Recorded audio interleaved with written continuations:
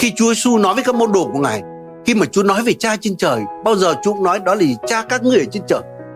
Cha trên đất còn tốt như vậy, huống chi là Cha trên trời. Nên Chúa là đấng tốt lành với con người. Đó là mục đích mà Chúa Giêsu đến bày tỏ. Và rất tiếc ngày nay mặc dù Chúa Giêsu đã đến rồi, thậm chí chúng ta đã tin Chúa rồi, mà thậm chí có những con cái Chúa vẫn không chắc chắn về điều này. Đôi khi vẫn còn nghi ngờ không biết Chúa có muốn hay không muốn, Chúa có tốt hay không tốt. Nên chính vì vậy mới có cái môi trường cho những giáo lý là gì? Bệnh tật đến từ Chúa, nghèo đói đến từ Đức Chúa Trời. Những tai họa đó là do Chúa giáng xuống.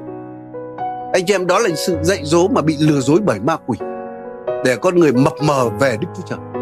Nhưng Chúa Giêsu nói rất rõ ràng đó là gì? Ngài đến để cho chiên sự sống sung mãn.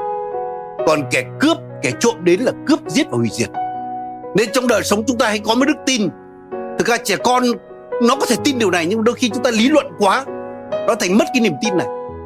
Hãy biết một điều, Đức Chúa Trời là đấng tốt lành, còn ma quỷ là kẻ xấu. Ma quỷ là kẻ xấu, Đức Chúa Trời là đấng tốt lành. Hãy nói người bên cạnh đi, ma quỷ là kẻ xấu nha, còn Chúa là đấng tốt lành nha.